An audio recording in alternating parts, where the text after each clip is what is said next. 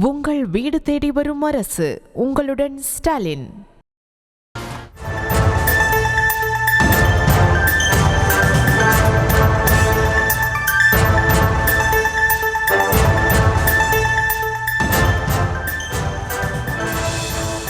அண்மை செய்தி. இணையதளங்களில் பகிரப்பட்ட தன்னுடைய அந்தரங்க வீடியோக்களை அகற்றக் கோரி பெண் வழக்கறிஞர் வழக்கு தொடர்ந்தது தொடர்பாக நீதிமன்றம் கவலை தெரிவித்திருக்கிறது. மேலும் விவரங்களோடு இணைகிறார் செய்தியாளர் மதியழகன்.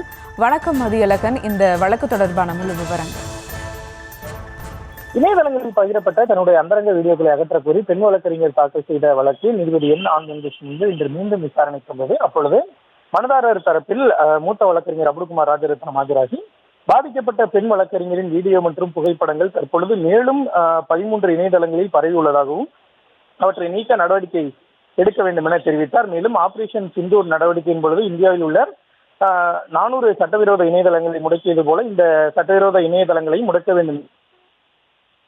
வழக்கறிஞர் குமரகுரு சைபர் தாக்குதலுக்கு உள்ளாகும் பெண்கள் நேரடியாக தங்களின் வீடியோக்கள் மற்றும் புகைப்படங்களை அகற்றுவது தொடர்பாக எளிதாக அணுகும் வகையில் நிலையான வழிகாட்டு நெறிமுறைகளை மத்திய அரசு வகுத்து வருவதால் இந்த வழக்கினுடைய விசாரணையை ஒத்திவைக்க வேண்டும் என கேட்டுக்கொண்டார். இதனையடுத்து நீதிபதி ராமாயணத்தில் ராவணனின் தலை ஒவ்வொரு முறை வெட்டப்படும் போது மீண்டும் மீண்டும் முளைப்பது போல மீண்டும் மீண்டும் அந்தரங்க வீடியோக்களும் இணையதளத்தில் வெளியாவதாக கவலை தெரிவித்தார். மேலும் ஆபரேஷன் சிந்து நடவடிக்கையின் பொழுது சட்டவிரோத இணையதளங்களை முடக்கியது போல இந்த இணையதளங்களையும் முடக்க நடவடிக்கை எடுக்க வேண்டும் என தெரிவித்தார். இதனையடுத்து மத்திய அரசு தனது வழிகாட்டு நெறிமுறைகளை தாக்கல் செய்வதற்காக வழக்கினுடைய விசாரணையை ஆகஸ்ட் 19ஆம் தேதிக்கு நீதிபதி என் ஆனந்த் ஒத்திவைத்தார்.